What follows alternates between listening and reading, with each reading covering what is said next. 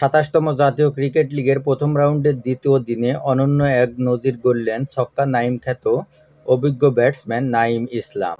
রংপুরের হয়ে মাঠে নেমে ক্যারিয়ারের ৩৪তম সেঞ্চুরিতে ছুঁয়েছেন ১১,০০০ রানের মাইলফলক।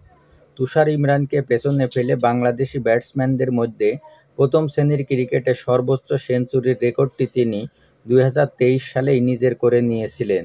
এবার আরেকটি মাইলফলকে তুষার ইমরানের পাশে বসলেন তিনি।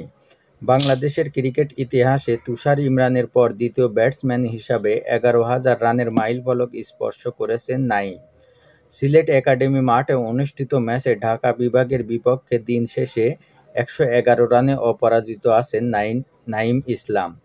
প্রথম শ্রেণীর ক্যারিয়ারে নাঈমের ৩৪তম সেঞ্চুরিতে ৮ উইকেটে ৩০৮ রান করে ঢাকার চেয়ে ৮৭ রানে এগিয়ে রংপুর বিভাগ। ১০,৯৫৩ রান নিয়ে আজ ব্যাটিংয়ে নামা নাঈম 50 পেরোনোর আগেই ১১,০০০ রানের মাইলফলক স্পর্শ করেন।